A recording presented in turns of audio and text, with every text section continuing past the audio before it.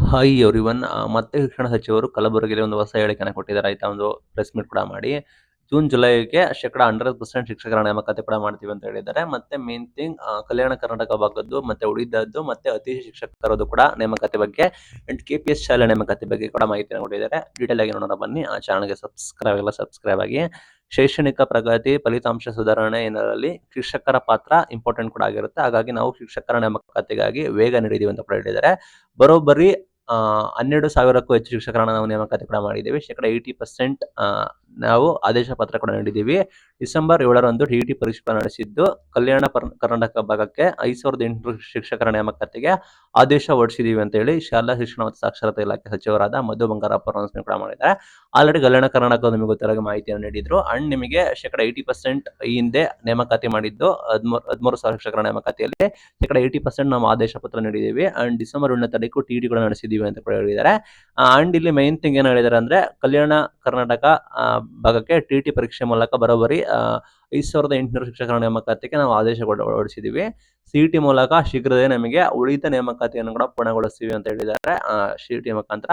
And ನಿಮಗೆ ಬಾಕಿ ಉಳಿದ ಸ್ಥಾನಕ್ಕೆ ಇಡೀ ರಾಜ್ಯದಲ್ಲಿ 51,000 ಅತಿಥಿ ಶಿಕ್ಷಕರನ್ನ ನೇಮಿಸಲಾಗುವುದು ಅಂತ ಕೂಡ ಹೇಳಿದ್ದಾರೆ. ಯಾವೆಲ್ಲ ಪೆಂಡಿಂಗ್ ಇದೆ, ಸಾಕಷ್ಟು ವೇಕೆಂಟ್ ಆಗಿದ್ದಾವೆ ಸೀಟ್ಗಳು ಅಂತ ಹೇಳಿದ್ವಲ್ಲ, ಅದರಲ್ಲಿ ಅತಿಥಿ ಉಪನ್ಯಾಸಕರನ್ನ 51,000ಕ್ಕೂ ಹೆಚ್ಚು ನೇಮಕಾತಿ ಕೂಡ ಮಾಡ್ತಾರೆ ಅಂತ ಕೂಡ ಮಾಹಿತಿ ಕೊಟ್ಟಿದ್ದಾರೆ. ಎಲ್ಲ ಪ್ರಕ್ರಿಯೆ ಬಂದ್ಬಿಟ್ಟು ಈ ವರ್ಷದ ಶೈಕ್ಷಣಿಕ ವರ್ಷ ಪುನರಾರಂಭ ಒಳಗಡೆ ನಿಮಗೆ ಇದನ್ನ ನಾವು ಮಾಡ್ತೀವಿ ಅಂತ ಹೇಳಿ ಮಾಹಿತಿ ಕೊಟ್ಟಿದ್ದಾರೆ. ಸಾಕಷ್ಟು ಜನಕ್ಕೆ ಹೇಳಿದ್ದಾರೆ. ಆಯ್ತಾ, SSLC PUC ಬಗ್ಗೆ ಕೂಡ ಮಾತನಾಡಿದ್ದಾರೆ. ನಾವು ಈ ರೀತಿ ಎಕ್ಸಾಮ್ ಸ್ಟ್ರಿಕ್ಟ್ ಕೂಡ ಮಾಡ್ತಾ ಇದೀವಿ ಅಂತ ಹೇಳಿದ್ದಾರೆ. ಅಂಡ್ ಇಲ್ಲಿ KPS ಕರ್ನಾಟಕ ಪಬ್ಲಿಕ್ ಶಾಲೆಗಳನ್ನ ಮಾಡ್ತೀವಿ ಅಂತ ಕೂಡ ಹೇಳಿದ್ದಾರೆ. ರಾಜ್ಯದಲ್ಲಿ 100 ಸರ್ಕಾರದಿಂದ 100 KKRDB ಇಂದ 200 ಸೇರಿ 300 KPS ಶಾಲೆಗಳನ್ನ ಕೂಡ ಮಂಜೂರು ಕೂಡ ಮಾಡಿದಾರಂತೆ. ಗ್ರಾಮ ಪಂಚಾಯತಿ ಮಟ್ಟದಲ್ಲಿ ಕೂಡ ಮಾಡ್ತಾರಂತೆ. LKG ಇಂದ PUC ವರೆಗೂ ಕೂಡ ಮಾಡ್ತಾರೆ. ಅದರಲ್ಲೂ ಕೂಡ ಶಿಕ್ಷಕರ ನೇಮಕಾತಿ ಪೆಂಡಿಂಗ್ ಇದೆ, ಅದನ್ನು ಕೂಡ ನಾವು ಮಾಡ್ತೀವಿ. ಅದು ಕೂಡ ಸಹಾಯ ಆಗುತ್ತೆ ಅಂತ ಹೇಳಿ ಅನ್ಕೊಂಡಿದ್ರು. ಬಟ್ ಅದನ್ನ ಸಾಕಷ್ಟು ಸಮಸ್ಯೆ ಕೂಡ ಆಗಿ ಅದನ್ನ ಅತಿಥಿ ಉಪನ್ಯಾಸಕರಾಗಿ ಮಾಡಿದ್ರು. ಬಟ್ ಅದು ಕೂಡ ಪೆಂಡಿಂಗ್ ಇದೆ ಅಂತ ಕೂಡ ಮಾಹಿತಿ ಕೊಟ್ಟಿದ್ದಾರೆ.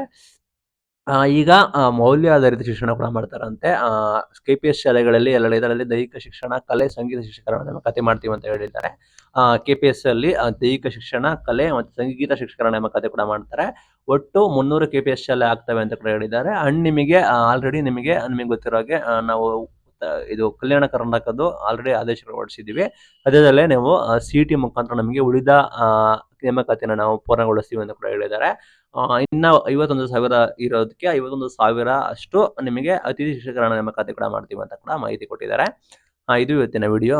Thank you for watching till end. Thank you.